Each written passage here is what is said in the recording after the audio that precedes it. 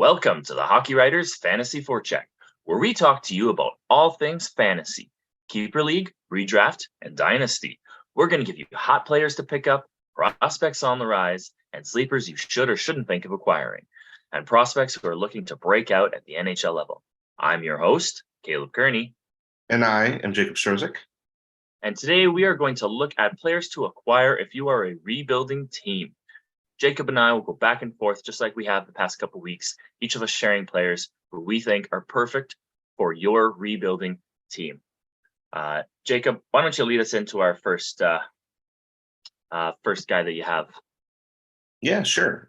So I'm going to start off with Vancouver Canucks forward Andrei Kuzmenko. He's broken into the league this year. First time. He is a little bit on the older side at age 27, but that makes him a bit more of a developed player, having played overseas already.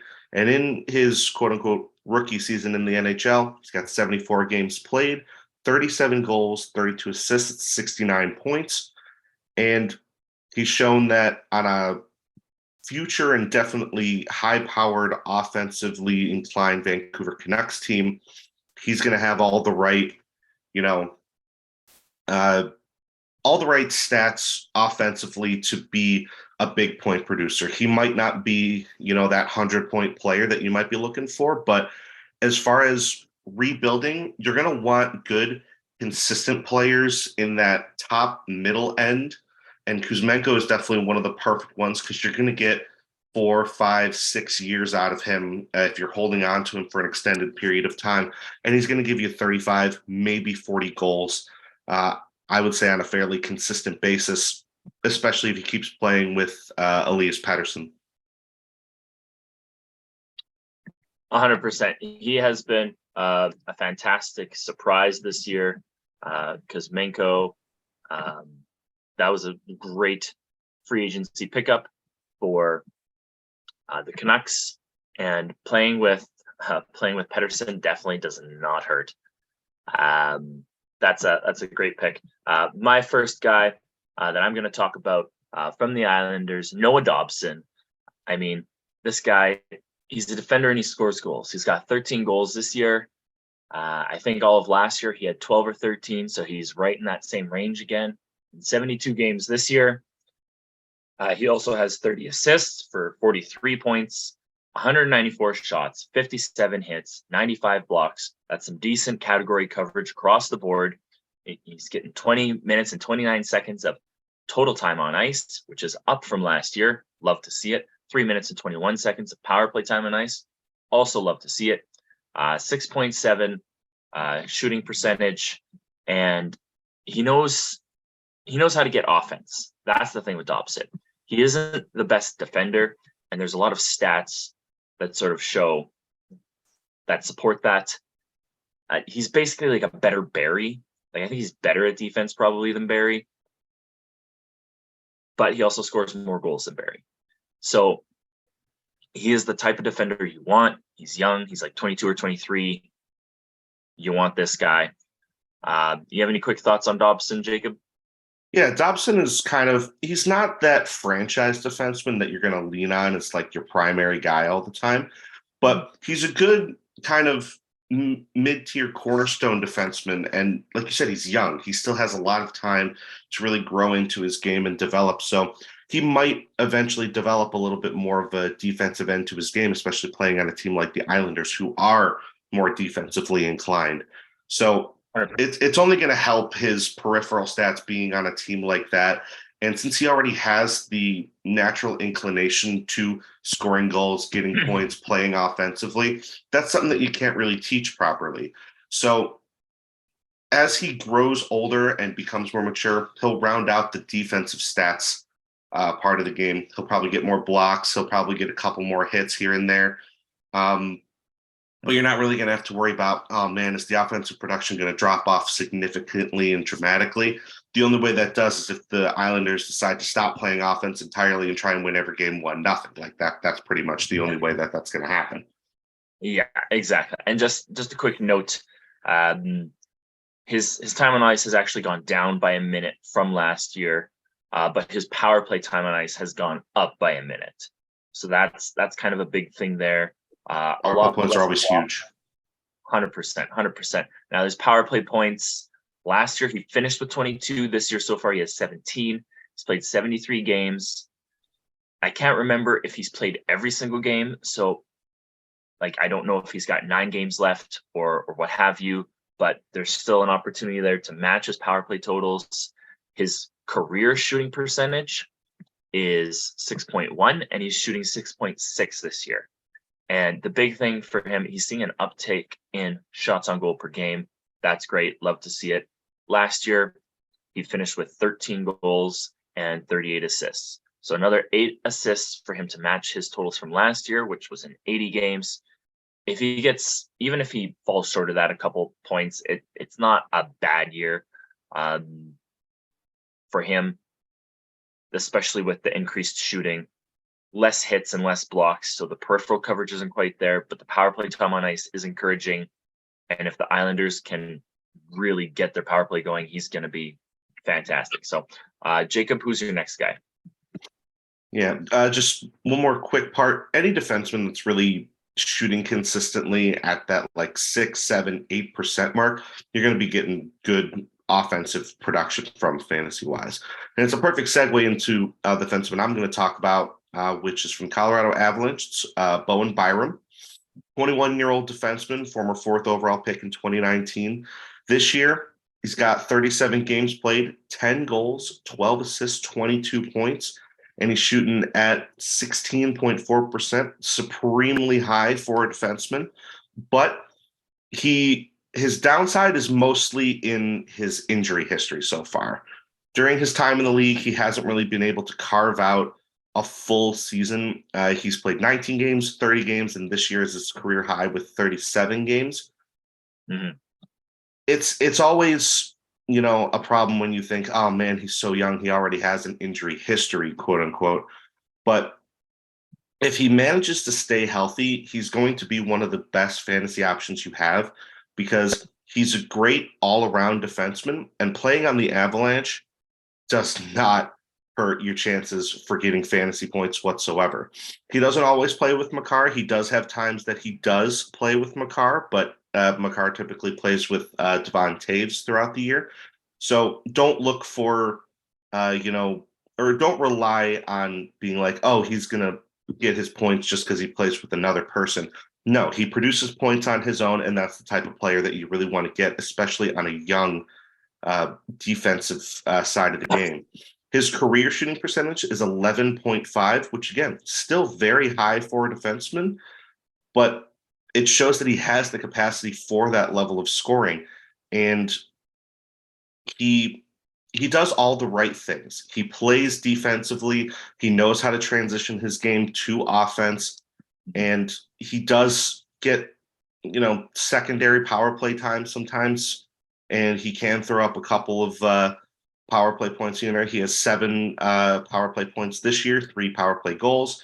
So you're not going to be relying him as a primary power play point option, but he is going to throw those in there here and there, and he's going to get you a good amount of 5-on-5 points because he is a point producing defenseman. So you can't go wrong picking somebody who's 21 and has already shown that they can put up points at the NHL level. Yeah, 100%. Like Byram, in my books, he's kind of like if you have 6, let's just say for an example, if you have 6 spots on your defense for your fantasy team, he's not a 1 to 3. He's more of a 4 to 6 kind of guy. He's there to support everybody else that you got. Hopefully you got a couple big guns that can really carry that offensive load, and he can just chip in the ways that he can. And he's young, so the sky's the limit. But again, injuries, especially with concussions, you kind of want to just be aware of what's going on. He's had just a lot of bad luck as far as those injuries go. But moving along to my next guy from the Detroit Red Wings, Lucas Raymond. And he's been good this year. Not the same sort of level of last year, but I'm going to dig into some stuff here that I think will bring some positivity to the Lucas Raymond situation. 67 games played. He has 16 goals, 23 assists for 39 points. 17 of those points are power play points. 125 shots, 36 hits, 20 blocks in 17 minutes and 21 seconds of ice time, 2 minutes and 59 seconds on average on the power play. 12.8% shooting percentage. That might sound high, but actually last year he shot 12.5%. So he's like right in that range. Okay. The only reason why it's higher and he has less goals than last year, he had 23 goals last year, is he's shooting a little less, which is a bit of a concern.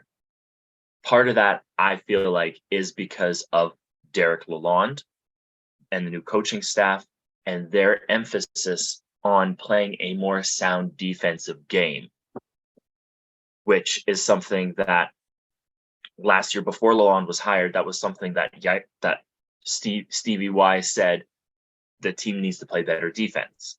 So that goes up and down the lineup, right? So Raymond last year, he finished with a lot more hits than he has now, similar amount of blocks. He only finished with 18 power play points last year, though.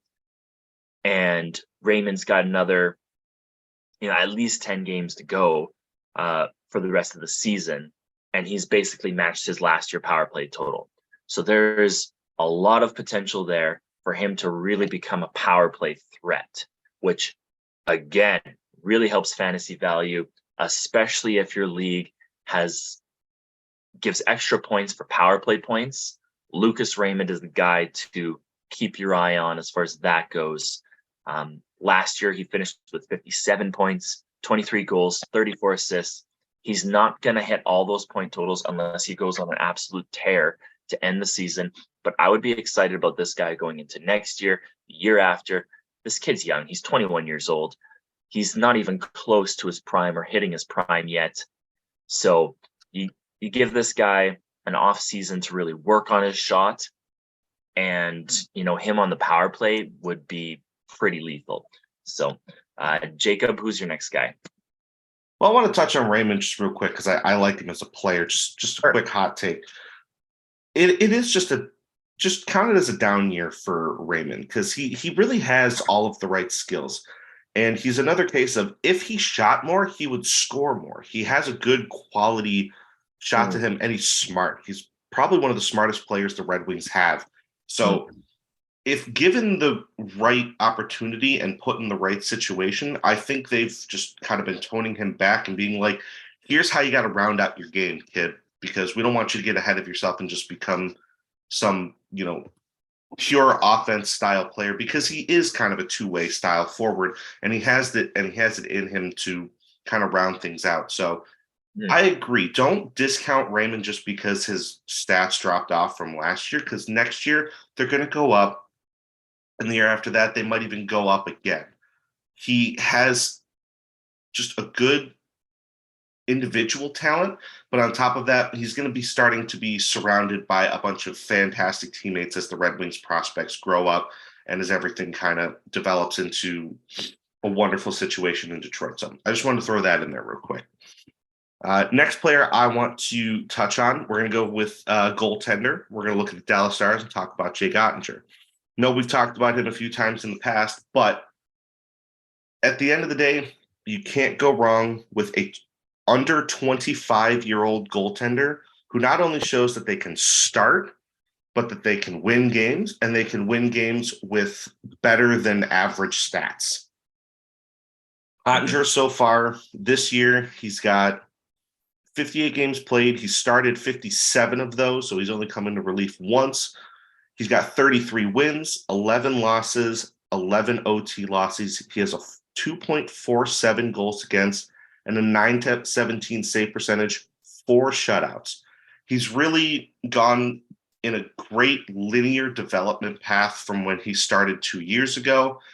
And he went from backup to kind of a tandem role to really taking over that starting role and being like, I'm the guy. And he showed it last year in the playoffs that he is that guy that's going to kind of bring them into the future. So some people might be weary about, he's a young goaltender. He might, start to get lit up. He might not know as much. He's not going to be able to maintain the consistency. But In his 3 years in the league, he's had a 2.36 goals against, a 2.53, and now he's a 2.47. So he's likely going to be sitting anywhere between that 2.35 to about 2.5 goals against, and he's probably going to be sitting anywhere between maybe a 910 to a 920 save percentage from his, low to high end. And that's not just, an average goaltender. That is definitely an above average goaltender in this day and age where scoring is up. All these players are so much more offensively inclined, and he plays on a team that isn't, supremely amazing at defense, but he's definitely a key part of that. So grabbing Oettinger as a rebuilding team is pretty much a surefire way to guarantee you're going to have a wins-based, saves-based goaltender that's just going to give you every possible goalie category in a positive way for the next, I'm going to say 5 to 7 years. I'm not saying he's going to drop off after that 5 to 7 mark, but you're going to be getting consistency. He's somebody that I would say hold on to in your dynasty. Get him for your keeper league.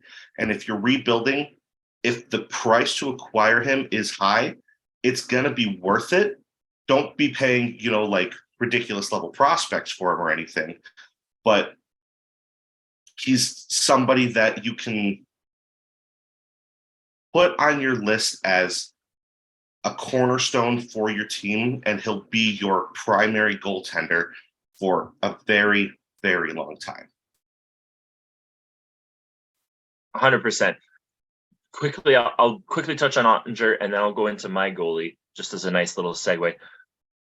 Oettinger, he's got a 60.3% quality start percentage this year. So he has 35 quality starts. And just a refresher on what quality starts is, that's a start. That's a game where the goaltender's save percentage is at or above the league average. Okay, so you really love to see big numbers there. The quality start percentage is good. Even strength save percentage is also a nice thing to kind of look at. I'm looking at some, at Frozen Pool on Dobber Sports website. Across the board in his 3 seasons that he has had NHL action, 916, 920, and 921 even strength save percentage for this year. So he's definitely a guy you want. I mean, and at his age, he's pretty good size too, 6'5", 220. You love to see it. Dallas is going to be riding off into the sunset with this guy, and another team that we'll see how long they're going to ride off into the sunset with their goalie. But I'm going to talk about Juuse Saros. Okay, he's 27, so he's in his prime. Goalies are kind of weird, but he's kind of in his prime. He's a very unique goalie in that he's 5'11", 180 pounds. So he's a bit smaller when you compare him to kind of goalies around the league. But he is, he's just always been fantastic. I mean, this year in 59 games played, he's got 30 wins, 21 losses, 5 overtime losses, 2.72 goals against average, a 918 save percentage. That's a really solid save percentage, especially with the scoring being what it is this year and the past couple of years. He's got 1 shutout.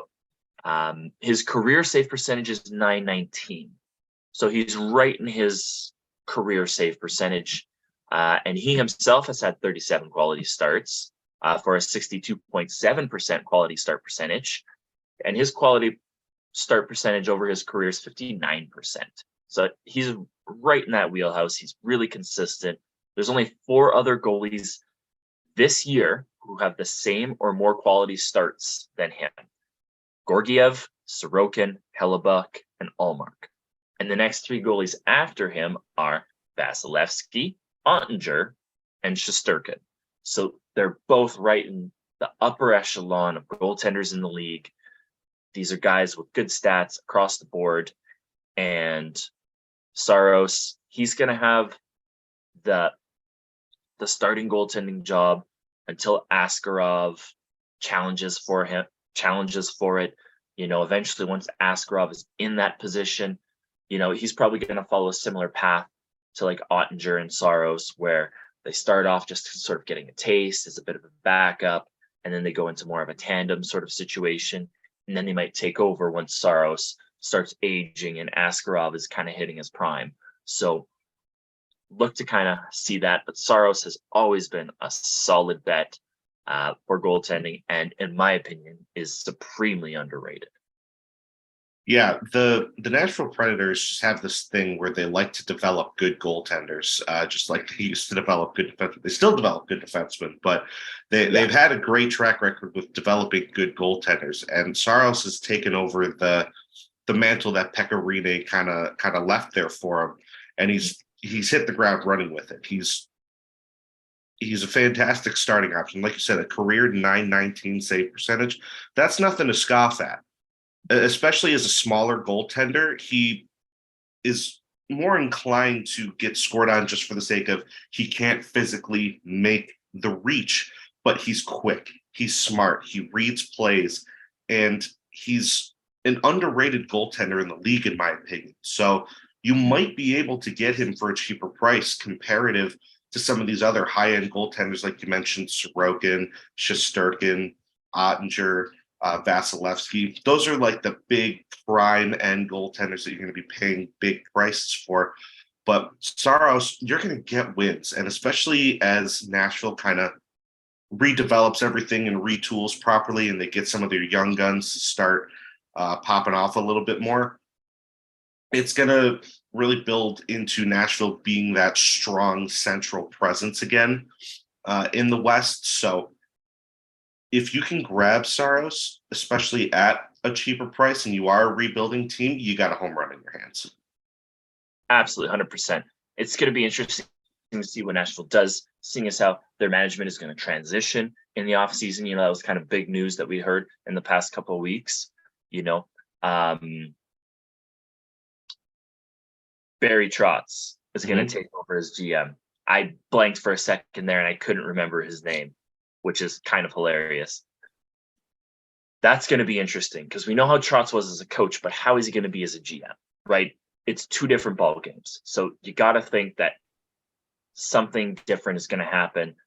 Right now, I mean, the Nashville young guns that are playing because of injuries are just like Luke Evangelista is just fantastic. Like they have lots of young guys, and hopefully Trotz, maybe his mindset has sort of shifted a bit because he was definitely a more veteran heavy coach in terms of relying on those types of players to play a certain way in certain situations. So we'll see how he is as a GM. But one last thing about Saros before we get into Jacob's next guy is his to go back into even strength save percentage. The lowest he's had was in 2018, 2019, 919 even strength save percentage. From when he first came into the league, he played one game, 2015-16, 938 that year for even strength, 923 the year after, 929, then 919, then 920, then 942, 927, and 922 this year for even strength save percentage. So that is fantastic because most of your time that the team plays is at even strength. So you want your goalie, you want to specifically look at that and see, like, is this, I think 920 is a pretty good mark for like, this is a great goalie. And Saros, as I just listed off, has been that great goalie his entire career. So Jacob, who do you got next? All right. Here's where, as always, I'm going to talk about my homer pick. Sabres fan, I always like to, dive into those types of players, but I genuinely think on a more national level, he's going to be getting more attention as he develops because it's just the type of player that he is. We're going to talk about Buffalo Sabres forward Jack Quinn. Rookie year this year, he jumped into the league, had an extremely slow start, but as the season has gone on and towards the second half of the year, he's really come into his own as he's kind of learned the game and learned how he needs to play. He doesn't have, ridiculous off-the-board stats. He's got 68 games played, 14 goals, 22 assists for 36 points. That's nothing to scoff at as a rookie. It's not bad. He's shooting at 12.4%. So it's a fairly average spot for a player like him. He's a goal scorer through and through. And as the years progress, he's been given more ice time, more opportunity, and he's kind of solidified himself alongside Dylan Cousins in that second line forward role. He's had time on the first line when Alex Tuck has been out, but he's shown that he has the capacity to score at this level. And if his track record indicates anything, it's that he'll have a decent year this year and he's going to blow up next year. It might not be up to like 40, 50 goals, but going into next year, he might jump from 14 all the way up to 30. It's just the type of player that he is. And I really think he has the ability to do it, especially if he continues to shoot, especially if he develops more chemistry with somebody like Cousins. It's only going to help his case. He's a young player, 21 years old. He doesn't play the center position at all. He's a pure winger, but he can play both sides of it. And he's going to get you coverage, goal scoring. He's creative with the puck, so he will get assists. And he shoots. If you're a person who needs more shots, Quinn is definitely that type of player. He's been averaging about 3 shots a game for the past 5 games, so it's not bad. But as things go into the future, he's someone that you're not really going to have to trade anything for him. You can probably just pick him up off of a waiver wire, or if you're able to grab him in like a redraft or other type of league along those lines, you can pick him with, you know, one of your last 5 rounds worth of picks, and he's going to be available for you. But he's going to be an absolute steal by next year and the years after that. So I think he's just more under the radar. And if people pick up on him sooner rather than later, you're going to be rewarded with a good all-around scoring player who has all of those top 6 opportunities. Absolutely. Buffalo's system. You'll have to see those guys coming up and kind of getting rewarded for their years of hard work going through the minors and the junior leagues and all that. Next guy I want to talk about, we're going to go back to the Canucks, guy who's just lighting it up this year, Elias Pettersson. You know, 73 games played this year. He's got 37 goals, 59 assists for 96 points. 24 of those are power play points. He's got 20 and a half minutes of time on ice per game, 3 minutes and 48 seconds of power play time on ice per game, 241 shots, 61 hits, 82 blocks. That's some pretty decent category coverage as well. Fantastic. So his ice time is up by 2 minutes from last year. Okay. And his goal scoring has exploded. His assists have exploded. You know, in his career, he's never had more than 39 assists. So he's already blown that out of the water. What can't Elias Pettersson do? You know, his shooting percentage this year, 15.4%. His career shooting percentage is 16.7. So his shooting percentage is actually a little low this year. But the big thing with him this year, his shots on goal per game have just exploded. Before this year, he was averaging 2 shots a goal, 2 shots on goal, 2.4, 2.4, 2.4. This year, 3.3 shots on goal per game. And that explains the explosion in goals. He's got a career total this year that he beat from last year, and he still has another 7 games before he hits his games played total from last year.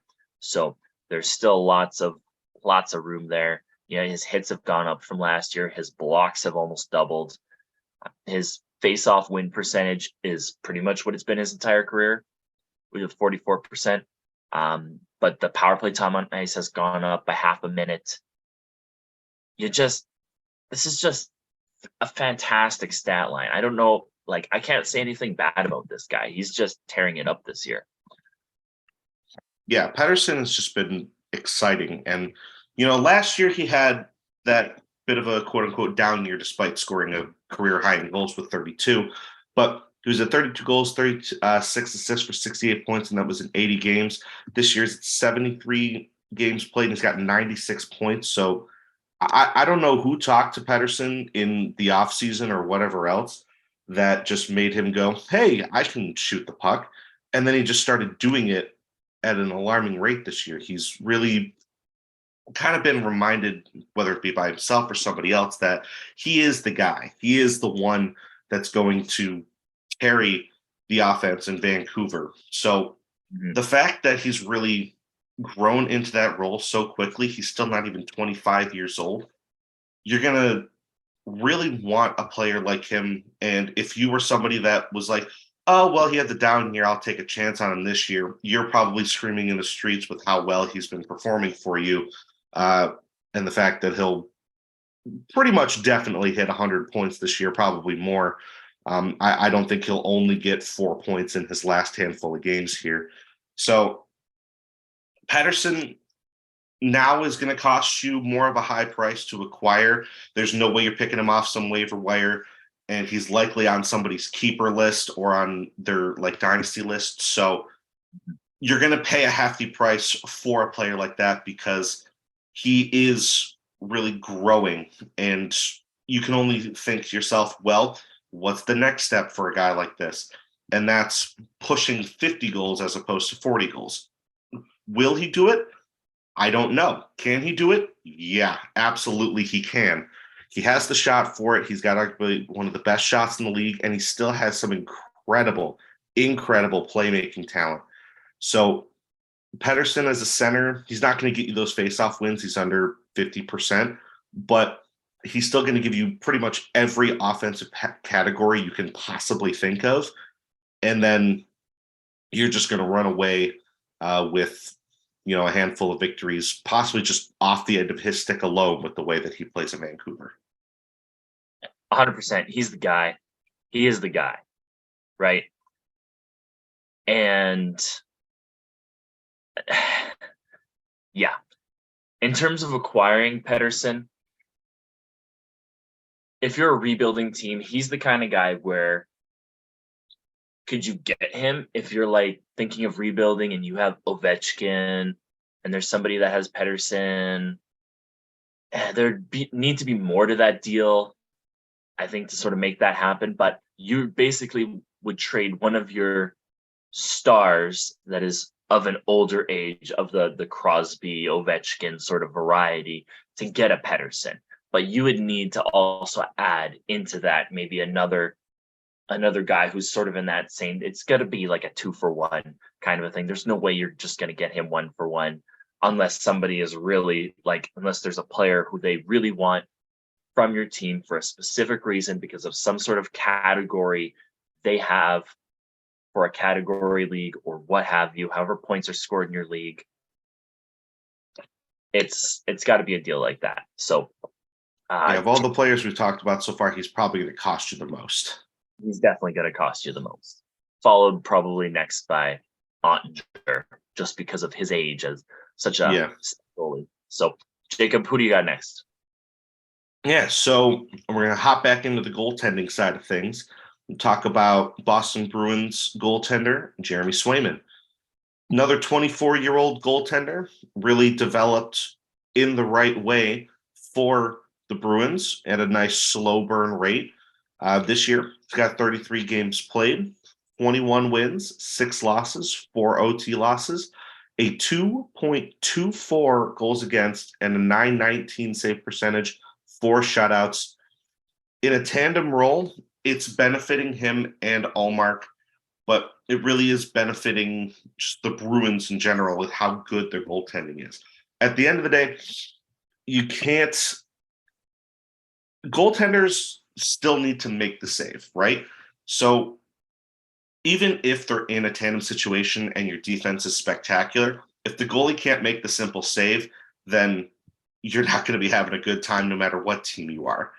So Swayman being such a consistent goaltender so far in his first handful of years, his first year, he only had 10 games played, but in those 10 games played, 1.5 goals against and a .945 save percentage.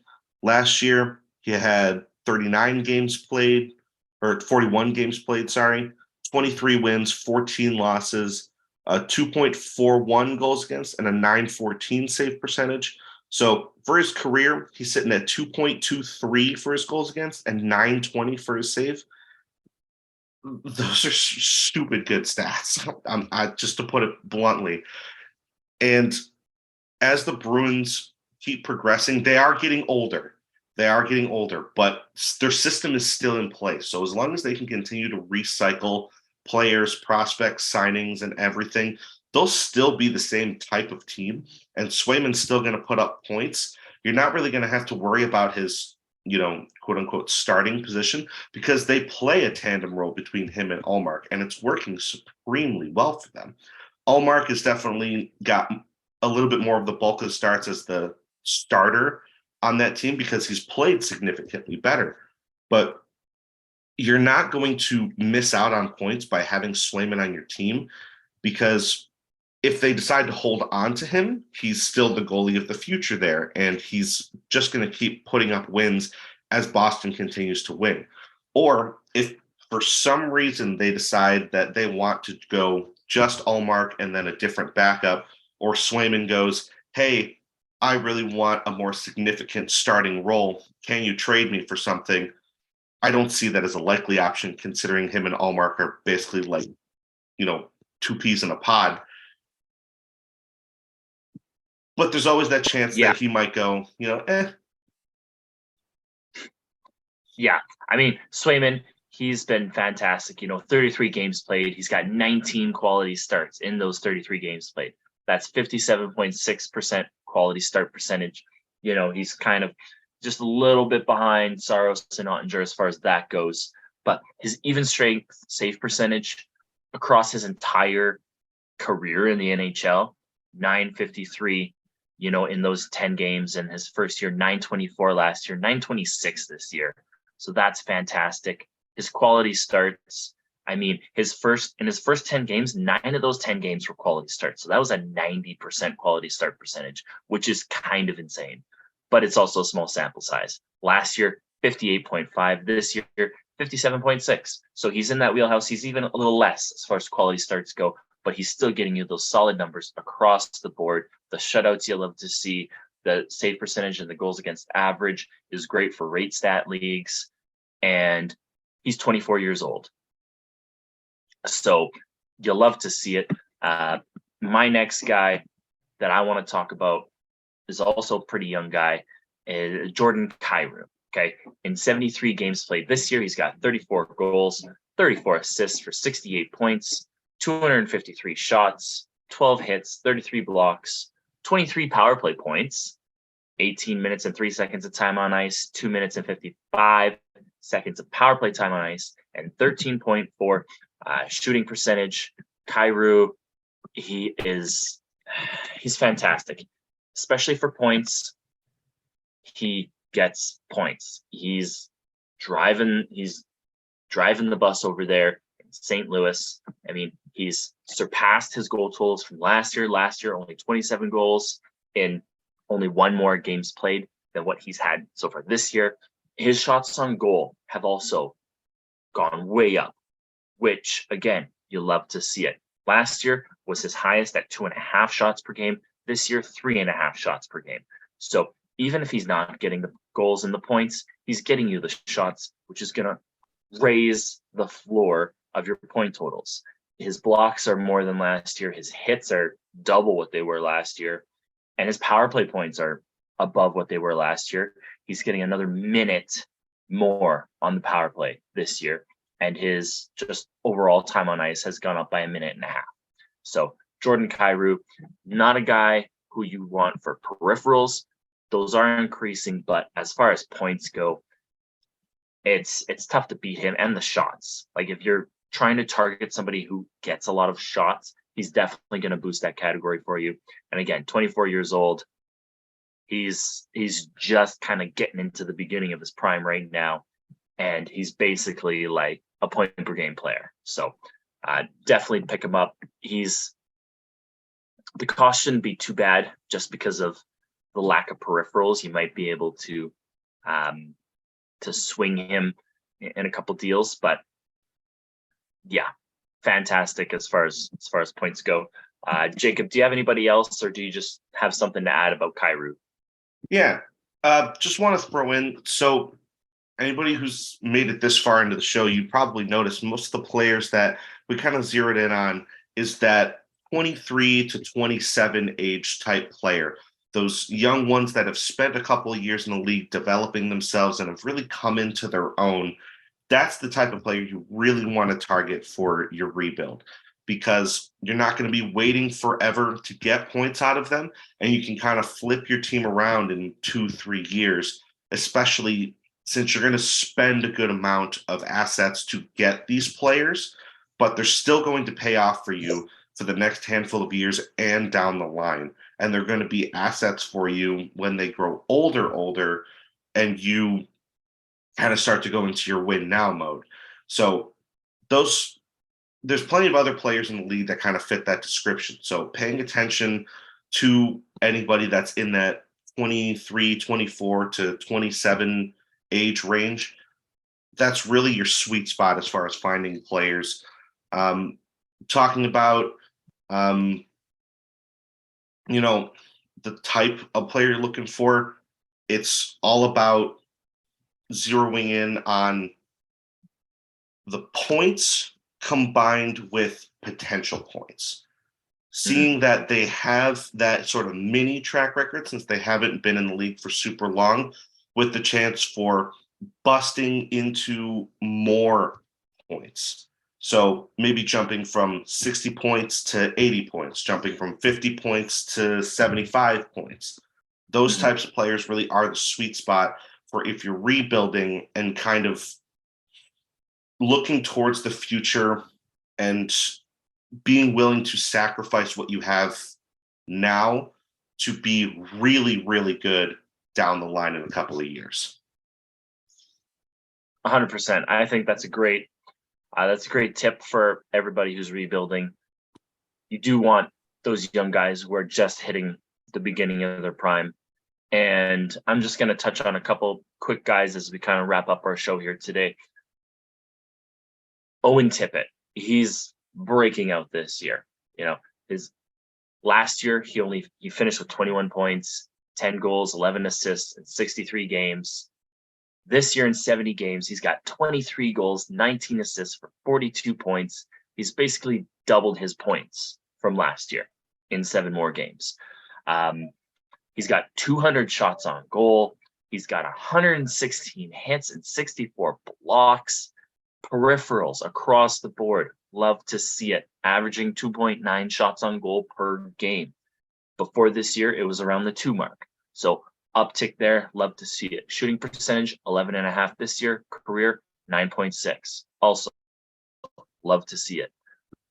His time on ice has jumped up by almost 4 minutes. 17 minutes and 7 seconds this year. 13.5 minutes last year, basically, in the time that he split between Florida and Philadelphia. And last year also power play time on ice, 1 minute and 42 seconds. So you're not going to generate a whole lot of power play offense from that. He only had 3 power play points last year. This year he has 10. Okay. So he's going to build on that as Philadelphia hopefully gets better. He's obviously being leaned on a lot more this year. And, he's rewarding the management and the coaching staff for having the faith in him to put him in these situations. So Owen Tippett, definitely pick him up.